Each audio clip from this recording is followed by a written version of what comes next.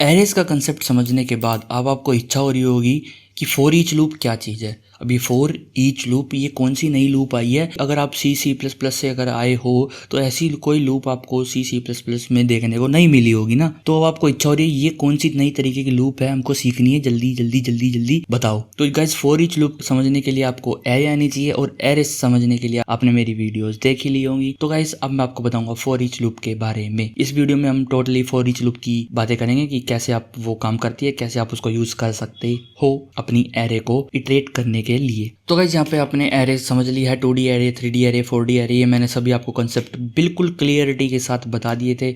अगर आपको समझ नहीं आई तो आप दोबारा से जाकर देख लो वीडियो, आपको डिस्क्रिप्शन में प्लेलिस्ट का लिंक मिल जाएगा और आप चाहो तो वहाँ पर जाकर वीडियो देख सकते हो।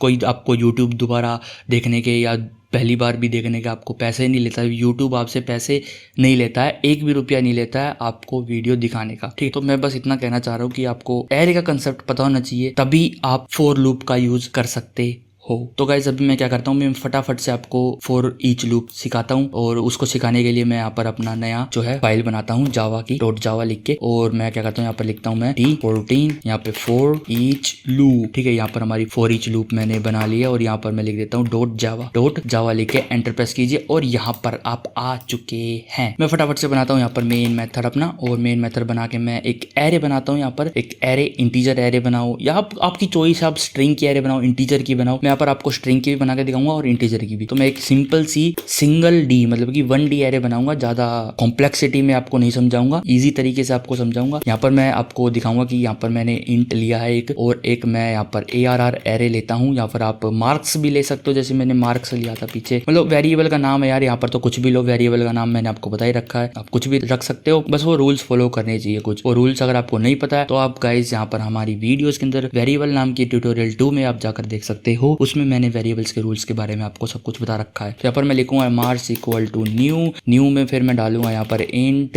और स्क्वायर ब्रैकेट्स में लिखूंगा मैं 4, मतलब कि मेरे को 4 इंटीजर स्टोर करवाने हैं मार्क्स के अंदर। तो मैं मार्क्स के अंदर यहाँ पर अपने मार्क्स डाल देता हूँ। 0 वाले में जैसे मैंने डाल दिया अपने 1 डाल दिया, फिर 1 मार्क्स को यार गंदा है यार, अच्छा नहीं लग रहा मेरे को, मैं 37 डालता हूँ। पासिंग मार्क्स तो हो कम से कम 37, जैसे 100 में से 37 आ गए तो कम से कम पासिंग मार्क्स तो हूँ। तो मेरे स्कूल में तो 37 पासिंग मार्क्स थे 100 में से, आप क्या पता नहीं। मैं यहाँ पर 50 डाल देता हूँ। एक सब्जेक्ट में मेरे 50 आए थे, एक सब्जेक्ट में मेरे 42 आए थे। ये रियलिटी नहीं है गाइस, कभी सोचो ये इतने कम नंबर, नहीं, इससे भी शायद कम हो मजाक कर रहा हूँ। तो अभी मैं इसके अंदर डालता हूँ 80, चलो किसी सब्जेक्ट में तो अच्छे नंबर आए। तो मैंने यहाँ पर मार्क्स डाल दिए। अब मैं क्या करता हूँ, मैं यहाँ पर फॉर लूप चलाऊंगा, एक इंटीजर लूंगा आई, उसकी वैल्यू 0 रखूंगा, फिर उसको इसकी लेंथ तक चलाऊंगा, फिर आउट करूंगा उसमें। ये बहुत सारे काम करने पड़ेंगे मेरे को, है ना, मतलब कि मैं आपको करके दिखाता हूँ। जैसे कि मैंने फॉर लूप चला, यहाँ पर 4 इंट मैंने आई लिया जिसकी वैल्यू मैंने 0 ली। आई लो, के लो, पी लो, के लो, कुछ भी ले लो आप, मतलब ये वेरिएबल है एक तरीके से वेरिएबल। यहाँ पर मैं आई को इनिशियलाइज कर रहा हूँ, आई मान के चलते हैं हम तो। और आई जब तक छोटा है किससे, मार्क्स की लेंथ से। ठीक है, मार्क्स की लेंथ से छोटा है और आई जो है यहाँ पर प्लस होगा। और यहाँ पर मैं फटाफट से लिखता हूँ यहाँ पर साउट मार्क्स का आई को प्रिंट कर दो। तो यहाँ पर मेरे पास प्रिंट हो जाएगा बहुत अच्छे तरीके से। हमारी पूरी की पूरी एरे यहाँ पर मेरे पास प्रिंट हो चुकी है।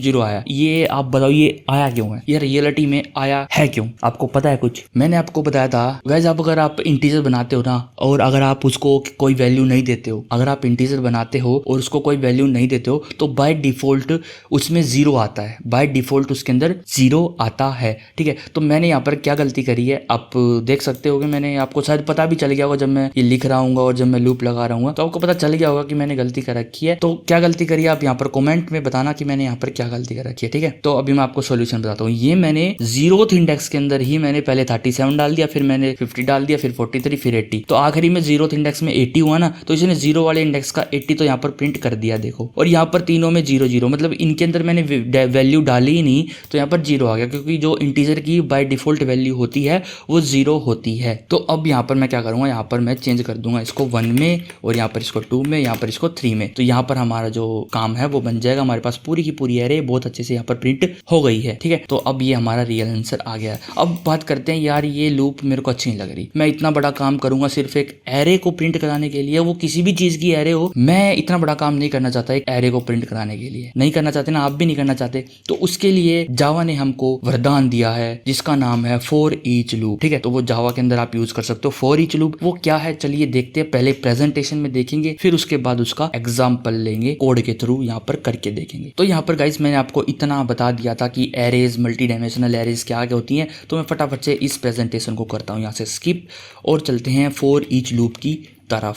तो यहाँ पर गाइज फॉर ईच लूप हमारी जो है वो आने वाली, ये आ गई हमारी गाइज फॉर ईच लूप। तो ये कैसे है, array elements can also be accessed by for each loop, मतलब कि जो एरे के एलिमेंट्स होते हैं ना, हम उनको फॉर ईच लूप के थ्रू भी एक्सेस कर सकते हैं, प्राप्त कर सकते हैं, पा सकते हैं, छेड़ सकते हैं। तो हम उनको ऐसे भी छेड़ सकते हैं। तो वो सिंटेक्स क्या है फॉर ईच लूप का, तो फॉर ईच लूप का सिंटेक्स है गाइज, सबसे पहले आपको ये पता होना चाहिए जो वो एरे है वो किस टाइप की एरे है। किस टाइप का मतलब है, वो एरे इंटीजर एरे है, वो एरे कैरेक्टर है, स्ट्रिंग है, वो किस टाइप की एरे है वो आपको पता होना चाहिए। तो सिंटैक्स गाइस आपको लिखना फॉर, सिंपल जैसे आप फॉर लूप में फॉर लिखते थे ऐसे इसमें फॉर लिखना है और ब्रैकेट लगाने हैं। ब्रैकेट लगाने के बाद जो अंदर लिखना है ना वो सिस्टम अलग है, ठीक है। वो कैसे है, यहाँ पर आप डेटा टाइप लिखोगे, मतलब कि कौन सी एरे के आपने एलिमेंट उठाने हैं। जैसे मैंने इंटीजर एरे बना रखी है तो मैं यहाँ पर इंट लिखूंगा और यहाँ पर एक वेरिएबल लिखूंगा। ये मैंने एलिमेंट लिख रखा है, एलिमेंट भी आप लिख सकते हो, आप कोई भी नाम लिख सकते हो, ये एक एज अ वेरिएबल काम कर रहा है। और फिर लगाना है रेशियो, मतलब कि यहाँ पर रेशियो का साइन आप लगा सकते हो और यहाँ पर आपको लिखना है एरे का नाम, कौन सी एरे को आपको छेड़ना है। मतलब जैसे मेरी मार्क्स वाली एरे है वो मैं यहाँ पर मार्क्स लिखूंगा, यहाँ पर मैं एलिमेंट लिखो या फिर कोई भी, यहाँ पर तो आपका वेरिएबल का नाम आएगा वो आप यहाँ पर लिखो और यहाँ पर डेटा टाइप की किस टाइप का डेटा उसके अंदर एरे के अंदर मिलेगा आपको, ठीक है। तो वो डेटा टाइप आप यहाँ पर लिखोगे और वो जो बारी बारी ये जो लूप है ये क्या करेगी, बारी बारी इस वेरिएबल के अंदर जितने भी एलिमेंट्स होंगे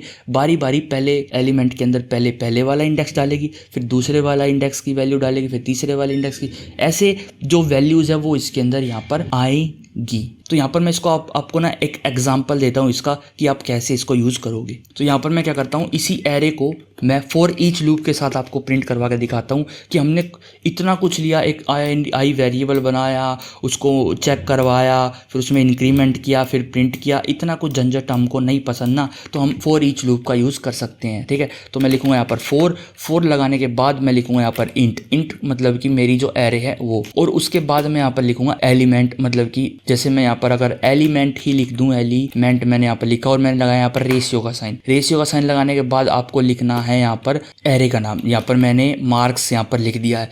तो ये आपका जो सिंटैक्स है वो मैंने यहाँ पर कर दिया। अगर मैं अब साउट करूँ किसको, एलिमेंट को, ठीक है, एलिमेंट को अगर मैं साउट करूँ और मैं अगर रन करता हूँ तो हमारा बिल्कुल सेम आंसर आएगा जैसे हमारा पिछली बार आया था, इस लूप के थ्रू आया था, जो देखो बिल्कुल सेम आंसर। वो कैसे आया, ये एक इस एलिमेंट नाम के वेरिएबल के अंदर मार्क्स के अंदर जितनी चीज है ना बारी बारी करके वो डालेगा, जो अंदर जो ये जो चीज है ना वो ऑटोमेटिक हो रही है इस फॉर ईच लूप के अंदर। बस कंसेप्ट ये है कि आपको इस तरीके से यहाँ पर लिखना है और यहाँ पर आप एलिमेंट्स के साथ पहले जो फर्स्ट वाले इंडेक्स में जो वैल्यू होगी वो एलिमेंट के अंदर आ जाएगी, उस वैल्यू के साथ आपको कोई कैलकुलेशन करनी हो, कुछ भी करना हो, प्रिंट करना हो, वो आप यहाँ पर कर सकते हो। फिर ऑटोमेटिकली सेकंड वाली वैल्यू भी इसके अंदर आ जाएगी, फिर थर्ड, फिर वो जितनी बड़ी ये होगी ऑटोमेटिक ये लूप उतनी ही चलेगी। आपको ना तो लेंथ की चिंता करने की जरूरत है कितनी बड़ी होगी, ना इंक्रीमेंट करने की, ना कोई वेरिएबल इनिशियलाइज करने की, मतलब आपको कुछ भी करने की जरूरत नहीं है। तो अगर आपको गाइज मैं एक और चीज बताता हूँ, अगर आपके पास 2D एरे है कोई और 2D एरे में अगर आपको ये लूप लगानी तो आप कैसे लगाओगे,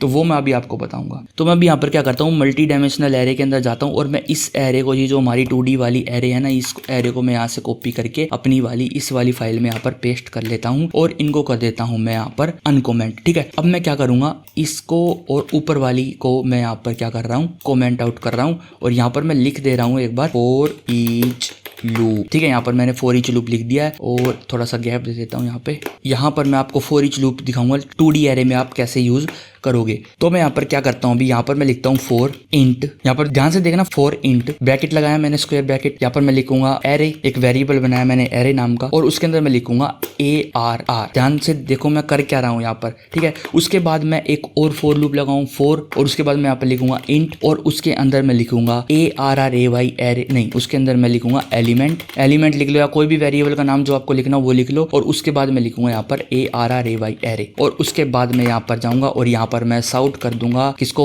एलिमेंट को। और जब मैं इसको रन करता हूं तो देखो हमारे पास क्या वैल्यू आएगी, 10 20 30 40। ये कैसे आई है, ये मतलब हुआ क्या है यहाँ पर, ये हो क्या गया दुनिया में। देखो मैंने आपको बताया था कि 2 डायमेंशनल में हमारे पास एरे के अंदर एरे होती है, समझ रहे हो, एरे के अंदर एरे। तो इंट 2 और 2 का मतलब है इस एरे के अंदर हमारे 2 एलिमेंट है जो कि एरे हैं, उन एरे के अंदर भी 2 एलिमेंट स्टोर होंगे। तो उनके अंदर मैंने दोनों के अंदर एलिमेंट स्टोर कर दिए, यहाँ पर 0th रो के 0th कॉलम में 10 ऐसे ऐसे कर दिए। तो अब इस एरे के अंदर क्या आया, यहाँ पर देखो मैंने स्क्वायर ब्रैकेट लगाया क्योंकि यहाँ पर जो आपको रिटर्न चाहिए ना वो पूरा का पूरा आपको यहाँ पे लिखना होगा। अगर मैं खाली इंटीजर लिख देता ना तो यहाँ पर एरर आ रहा था। एरर क्यों आता, क्योंकि इस ARR के अंदर ना 2 एरेज हैं इस ARR के अंदर। तो हम क्या कर रहे हैं, इसके अंदर पहले वाली एरे आएगी पहले तो, फिर इसके अंदर दूसरे वाली एरे आएगी। लेकिन ये है वेरिएबल इंटीजर का, और एक सिंगल इंटीजर वेरिएबल के अंदर पूरी की पूरी एरे यहाँ पर स्टोर नहीं हो सकती। तो मैं यहाँ पर स्क्वायर ब्रैकेट्स लिखूंगा जिससे कि ये एक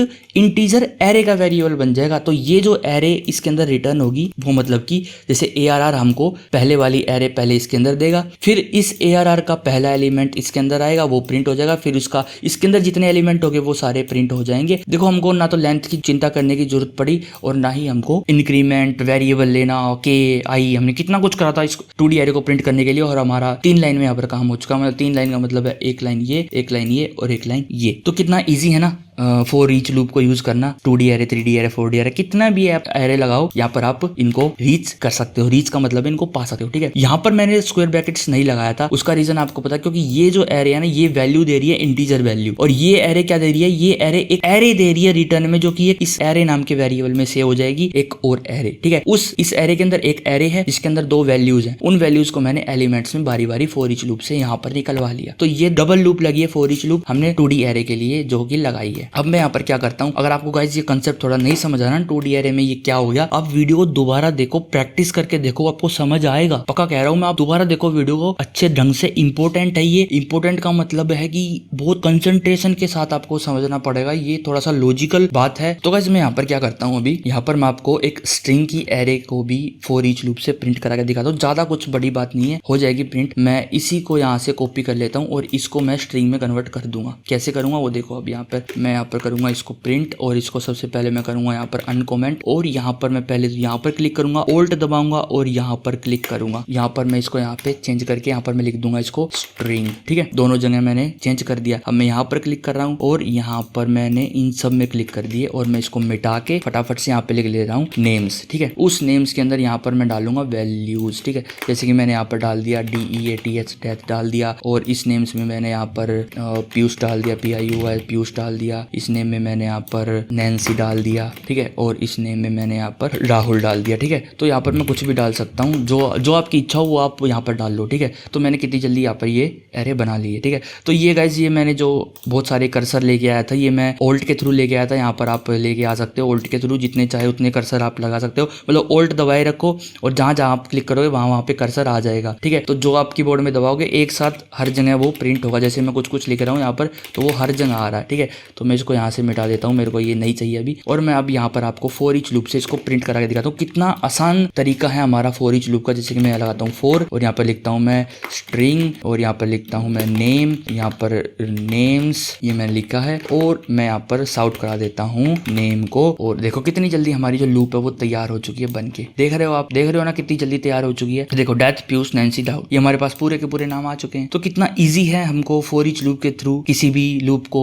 किसी भी एरे को इटरेट करना। तो गाइस अगर आपको अच्छी लगी वीडियो, अगर आपको फॉर ईच लूप अच्छे से समझ आई कि ये कैसे काम करती है 2D एरे पे, अगर आपको नहीं समझ आई तो वो आप दोबारा देखिए उस टॉपिक को, उस पीछे करके वीडियो को। लेकिन अगर आप सिंगल एरे की अगर आपको समझ आई कि कैसे आपको इटरेट करना, फॉर ईच लूप आपको कैसे यूज करनी है, तो गाइस वीडियो को एक लाइक जरूर करके जाइए, शेयर करें अपने दोस्तों के साथ जिसको फॉर ईच लूप और जावा में पूरा का पूरा एडवांस जावा प्रोग्रामर बनना है, कुछ करके दिखाना है। तो आप शेयर करें वीडियो को। यहाँ से गाइस आपके दोस्त, आप और जिसको भी आप शेयर करोगे वो फ्री में जावा सीख सकते हैं, हिंदी में, वो भी क्लियर डीपली मतलब कि बहुत डीपली मैं आपको ये जो प्रोग्रामिंग है जावा की वो सिखा रहा हूँ। हमारी पाइथन कोर्स भी है, पाइथन कोर्स जाकर चेक कर सकते हैं। प्लेलिस्ट के अंदर आप हमारे चैनल में जाएंगे, यूट्यूब पर लिखेंगे डेथ कोड, वहाँ पर प्लेलिस्ट होगी, प्लेलिस्ट के अंदर आपको मिल जाएगी जावा का कोर्स, पाइथन का कोर्स, अगर और भी कोई कोर्स अवेलेबल होंगे तो वो वहाँ पर आपको मिल जाएंगे। तो गाइज आज की जो वीडियो थी वो इतनी थी। गाइज लाइक करो वीडियो को, शेयर करो अपने दोस्तों के साथ, और गाइज मिलते हैं फिर आपको नेक्स्ट वीडियो के अंदर। तब तक के लिए गाइज बाय,